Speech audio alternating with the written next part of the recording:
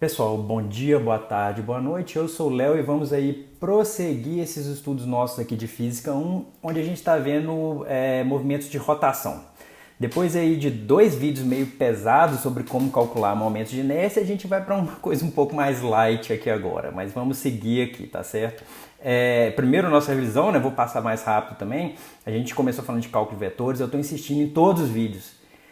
Tentem entender decomposição de vetores, não decorem nada, tentem entender decomposição de vetores. Depois a gente falou de cinemática e agora a gente está tratando um pouco de cinemática. Até então a gente estava tratando um pouco de cinemática de rotações, mas a gente falou um pouquinho de cinemática de translações, a gente falou de movimento circular uniforme e agora a gente está tratando de movimento circular um pouco mais geral, certo? A gente falou de movimento relativo, a gente falou das leis de Newton, a gente vai começar a aplicar algumas forças nesse movimento de rotação aqui agora, mas a gente falou de primeira, segunda e terceira lei de Newton.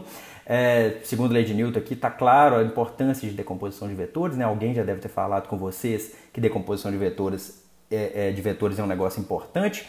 A gente tem aqui a soma de vetores é igual a massa vezes aceleração. Depois a gente falou de energia cinética, a gente falou de trabalho, que é transferência de energia, de teorema trabalho-energia cinética, a gente falou de força conservativa, de energia potencial, de energia mecânica, onde a gente já viu aqui uma lei de conservação nossa, que se a gente tiver em sistemas isolados, onde só forças conservativas atuam, a gente não tem dissipação de energia, essa energia mecânica se conserva, a gente viu aqui uma lei mais geral de conservação de energia. Depois a gente começou a falar de sistema de partículas, a gente falou de cálculo de centro de massa, aqui está um cálculo mais geral, talvez agora depois do momento de inércia vocês já estejam pensando em como calcular esse centro de massa para objetos contínuos ou corpos maciços. A gente falou de segunda lei de Newton para o sistema de partículas, a gente definiu o momento linear, a gente viu conservação do momento, então a gente já sabe duas leis de conservação em física, conservação do momento linear, conservação da energia mecânica, bacana. Depois a gente começou a estudar rotações, a gente quer saber, por enquanto, rotações com relação ao eixo fixo. A gente ainda vai tratar só de rotações com relação ao eixo fixo. A gente tem aqui um objeto, esse disco aqui, que ele está girando, eu salientei aqui uma parte dele, ele está girando aqui, a gente pode definir aqui uma aceleração, uma posição angular, e essa posição angular dele ela pode variar no tempo, então para isso a gente define aqui uma velocidade angular, e essa velocidade angular pode variar no tempo, então a gente define uma aceleração angular. Bacana. Depois a gente falou da relação entre variáveis angulares e lineares. A gente falou aqui que cada objeto desse que vai estar percorrendo um arco de circunferência. Então a gente pode falar de uma velocidade tangencial, de uma aceleração tangencial, de uma aceleração centrípeta para esses corpos. Bacana também. Só que aí depois a gente falou assim, tá, dado aqui esse sistema de partículas que todos giram com a mesma velocidade angular, a gente calculou qual que é a energia cinética, a gente chamou isso de energia cinética de rotação, aqui está o resultado geral para isso, e a gente definiu o momento de inércia. Aqui nos últimos vídeos a gente aprendeu como calcular isso aqui para corpos maciços, corpos contínuos, mas se a gente tiver várias particulinhas se movendo assim, a gente pode calcular o momento de inércia dessa forma, é a soma da massa vezes a posição de cada partícula com relação ao eixo de rotação. Isso é importante. E aqui a gente tem energia cinética de rotação que é dado por meio do momento de inércia vezes a velocidade angular ao quadrado. Mas, e se a gente quiser abrir uma porta? A porta está fechada e a gente quer abrir essa porta. Como que a gente faz?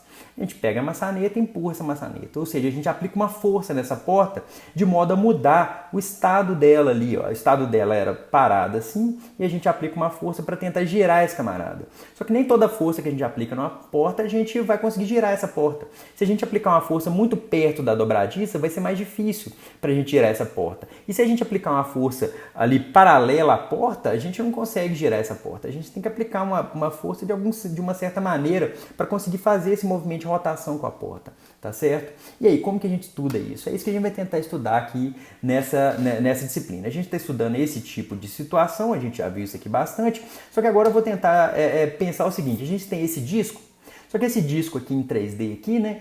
Peguei esse disco aqui e eu apliquei três forças nesse disco. Eu tenho uma força aqui que ela é tangencial, ela está uma distância R3 aqui. Eu posso aplicar uma força nesse disco de virada para o outro lado, que está uma distância aqui R2, com relação ao eixo de rotação. Esse Z aqui vai ser o eixo de rotação. Vocês estão notando que essa distância com relação ao eixo de rotação é muito importante. Eu apliquei essa força F1 aqui nesse ponto, que ela está aqui uma distância aqui perpendicular até o eixo de rotação dessa forma aqui.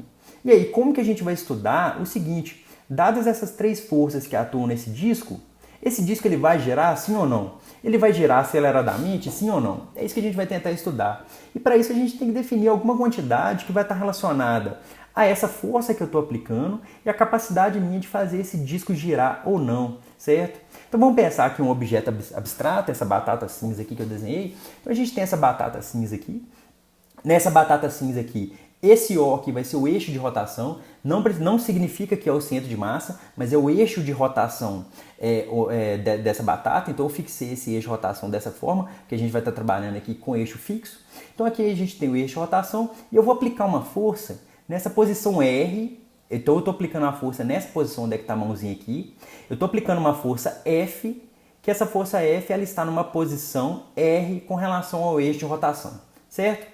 Se eu fizer o prolongamento desse vetor R aqui, aonde eu estou aplicando essa força, esse prolongamento é dado por essa linha tracejada. E essa linha tracejada, por sua vez, ela faz um ângulo φ com a força. Até aí tudo bem, não tem nada demais aqui não. Mas note só o seguinte, eu posso decompor essa força aqui, dado esse prolongamento aqui dessa posição onde eu apliquei essa força, eu posso decompor essa força aqui, decomposição de vetores é importante, né? Eu posso decompor essa força aqui em duas partes, né? Eu posso decompor essa força aqui em uma parte dela, que eu vou chamar aqui de FR, que é uma parte radial porque ela está relacionada a esse R aqui, tá certo? Então eu vou decompor essa força aqui em uma componente FR e uma componente FT, que eu vou chamar de tangencial, tá certo? Então eu tenho aqui essa componente FT e tem essa componente aqui FR, tá certo? Sendo que esse R é a distância da onde que eu estou aplicando a força até o eixo de rotação. Isso é importante. A gente nota o seguinte, que qual dessas duas componentes que é capaz de fazer girar esse objeto, sendo que esse objeto ele gira em torno desse ponto O. Qual dessas duas componentes que é capaz de girar esse objeto? A componente que é capaz de girar esse objeto é essa componente FT, tá certo? Vocês podem pensar isso numa porta. Se você pegar a maçaneta da porta e puxar ali paralelamente à porta, você não vai conseguir abrir essa porta. Ah, Léo, se for uma porta de correr, não é o caso. Se for uma porta de girar, que ela tem uma dobradiça, se eu aplicar uma força puxando assim, eu não consigo girar a porta. Eu tenho que aplicar uma força fazendo algum certo tipo de ângulo com a porta ali, tá certo? Então a componente da força F, que é capaz de girar o corpo, é essa componente FT. Só que quem que é FT, né? Se eu pegar esse triângulo aqui, ó, eu tenho aqui, ó, FT, eu tenho FR e tem esse ângulo φ. Essa força, essa componente FT é justamente o módulo dessa força F vezes o seno desse ângulo φ, tá certo? Então, levando em conta o ponto de aplicação da força com relação ao eixo de rotação, a gente define o torque. Isso que a gente define torque. E para o pessoal de engenharia, o pessoal de engenharia costuma chamar isso de momento de força. É só uma nomenclatura diferente. Mas só que o torque ele é dado por isso aqui, ó. É a posição que eu apliquei à força, que é Rzinho, certo? Vezes o módulo da força, vezes seno de φ. Por quê? Porque é a posição que eu apliquei à força, vezes essa componente Ft. É justamente isso. Olha só. Então, por que esse tal aqui vai depender desse Rzinho? Note só o seguinte, esse torque, a gente está definindo ele aqui como sendo um Rzinho, onde Rzinho, de novo, é a posição onde eu estou aplicando a força com relação ao eixo de rotação. Com relação ao eixo de rotação aqui é importante, certo? É o Rzinho, que é a posição que eu estou aplicando a força com relação ao eixo de rotação, vezes a força, vezes o seno do ângulo entre a força e esse Rzinho. De fato, essa continuação aqui de Rzinho, esse φ aqui vai ser justamente o ângulo entre a força e esse Rzinho, certo? E esse vetor R aqui, esse vetor posição. Então, olha só, o fato desse torque estar relacionado a Fzão vezes seno de φ, a gente já viu, é porque essa componente Ft é que é capaz de girar o objeto, tá certo? Mas por que depende de Rzinho? Porque note só o seguinte, se eu tento abrir uma porta aplicando uma força perto aqui da dobradiça, vai ser muito mais difícil, tá certo? Vai ser bem mais difícil. Então, quanto menor esse raio de aplicação da força aqui, menor vai ser a minha capacidade de fazer girar esse objeto. Então, quanto maior for esse raio de aplicação aqui também, vai ser maior a minha capacidade de girar esse objeto. Então, o torque está relacionado à posição que eu aplico a força com relação ao eixo de rotação, a força que eu aplico e ao seno do ângulo entre esses dois vetores. Esse vetor aqui é R e esse vetor é Fzão. Se alguém lembra aí do vídeo sobre produto vetorial, isso aqui é justamente o módulo do produto vetorial. Então vocês já podem ficar atentos e atentas a isso. Bacana, né? Então olha só, o torque a gente definiu esse tal, que é o torque. Para engenharia o pessoal costuma chamar de momento de força. O torque ele é R, que é a posição que eu aplico a força. Então não é o diâmetro ou o raio do objeto, certo? Esse R aqui é a posição em que eu aplico a força com relação ao eixo de rotação. Então esse Rzinho aqui é isso, é a posição que eu aplico a força com relação ao eixo de rotação, vezes a força, vezes o seno do ângulo entre esses dois camaradas. A gente pode escrever esse torque como sendo esse Rzinho, que é essa posição que eu aplico a força, vezes a componente tangencial da força. E se várias forças atuam no objeto, eu posso simplesmente somar esses torques, assim como a gente somava as forças lá atrás. A força é uma quantidade vetorial, o torque também vai ser, mas isso a gente vai ver lá para frente quando a gente for estudar rolamento. Por enquanto a gente está estudando só para eixo fixo, então daqui a pouco a gente vai ter que definir inclusive um torque positivo ou negativo, mas a gente já pode identificar aqui que o torque total é a soma dos torques individuais relacionados a cada força que a gente está aplicando. Bacana. Só que a gente pode pensar o torque também da seguinte forma, é o mesmo desenho, a mesma coisa, só que ao invés de eu estudar o prolongamento de Rzinho, vamos tentar estudar o prolongamento de F. Então eu fiz aqui o prolongamento dessa força F, só dessa direção, então eu peguei aqui a direção onde F está sendo aplicado, tá certo? E aí eu cheguei aqui e eu peguei aqui uma reta que é perpendicular a essa força F aqui, tá certo? Então essa reta aqui é perpendicular à força F e ela passa pelo eixo de rotação. Vocês vão ver o seguinte, que esse ângulo φ é o mesmo ângulo φ de cá. Isso aqui chama opostos pelos vértices, né? Opostos pelo vértice. Então esse ângulo φ é o mesmo ângulo φ de cá. E se vocês notarem, esse valor que eu coloquei aqui, esse R, com esse símbolo aqui que chama perpendicular, esse R perpendicular, ele é justamente quem? Ele é justamente o valor desse Rzinho aqui, vezes o seno de φ. O que eu estou querendo dizer? É que eu posso escrever o torque também dessa forma. A gente pode pensar também no braço de alavanca. Esse objeto que eu estou colocando aqui, que vem do eixo de rotação até o prolongamento da força F, isso aqui é chamado de braço de alavanca. Esse valor desse R perpendicular, ou do braço de alavanca, ele vale exatamente R seno de φ, certo? Então a gente pode escrever o torque tanto como sendo a força vezes o braço de alavanca, como sendo o ponto de aplicação da força vezes a componente tangencial da força, que dá o mesmo resultado, tá certo? Então essa questão de braço de alavanca é muito utilizada em engenharia, então eu quis colocar aqui para vocês observarem. Qual que é a ideia de braço de alavanca? Eu pego aqui o prolongamento da onde a força, da força, né, que está sendo aplicada, eu bato ela aqui numa reta que é perpendicular a ela e que passa pelo eixo de rotação, esse camarada aqui é o chamado braço de alavanca, tá certo? Porque é como se eu estivesse aplicando essa força nesse pontinho aqui, nesse ponto, tá certo? Essa força toda F, como se eu estivesse aplicando nesse ponto aqui. Então esse braço de alavanca ele é equivalente a gente estudar o torque tanto pelo braço de alavanca, que é a força vezes o braço de alavanca, quanto a gente pegar a posição onde está sendo aplicada a força e multiplicar pela componente tangencial da força. Então fica isso aí para vocês já irem refletindo. Bacana.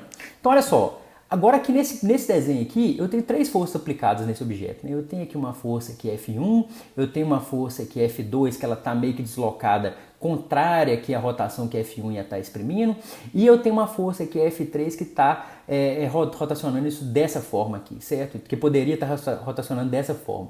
A questão é, como definir o sinal do torque, se o torque é positivo ou negativo? Vocês têm que notar o seguinte, a gente está sempre olhando esse disco de cima, visto aqui do eixo Z. Então, olhando do eixo Z, vocês vão notar que essa força F1 e essa força F3, ela vai estar tendendo a rotacionar esse disco no sentido anti-horário.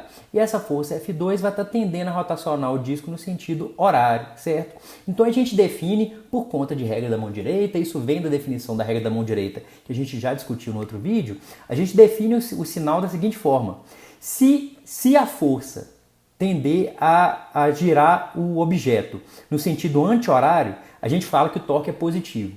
Se a força tender a girar o objeto no sentido horário, a gente fala que o torque é negativo. Isso vem da mesma definição que a gente fez lá para deslocamento angular, tá certo? Então, se a força, a ideia é, se o torque daquela força específica, se o torque daquela força gerar o objeto, se o torque gerado por aquela força pudesse gerar o objeto no sentido anti-horário, a gente fala que esse torque é positivo. Se aquela força tendesse a girar o objeto no sentido horário, a gente diria que esse torque ele é negativo, certo? Então essa aqui é a mesma convenção de sinal para deslocamento angular. Então, por exemplo, nessa força que eu estou aplicando aqui, essa força que eu estou aplicando aqui ela vai tender a girar esse objeto no sentido anti-horário. Então o torque realizado por essa força, independente de eu estar calculando ele ou não, o torque gerado por essa força, eu posso ter mais forças sendo aplicadas, aí cada uma vai poder ter um torque positivo ou negativo, certo? Mas o torque realizado por essa força vai ser um torque positivo, porque ela vai tender a gerar esse corpo no sentido anti-horário com relação a esse eixo de rotação. Vocês estão vendo que eu estou insistindo nisso na questão do eixo de rotação. Então, com relação a esse eixo de rotação O aqui, essa força F vai tender a girar esse corpo no sentido anti-horário. Portanto, o torque gerado por essa força F vai ser positivo.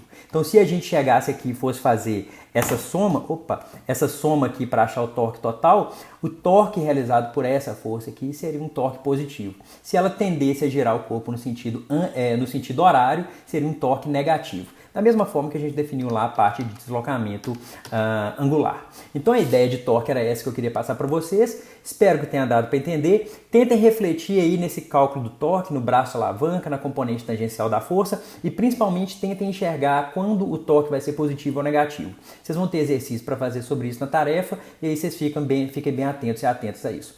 Mas é isso. Um grande abraço para todo mundo. Falou!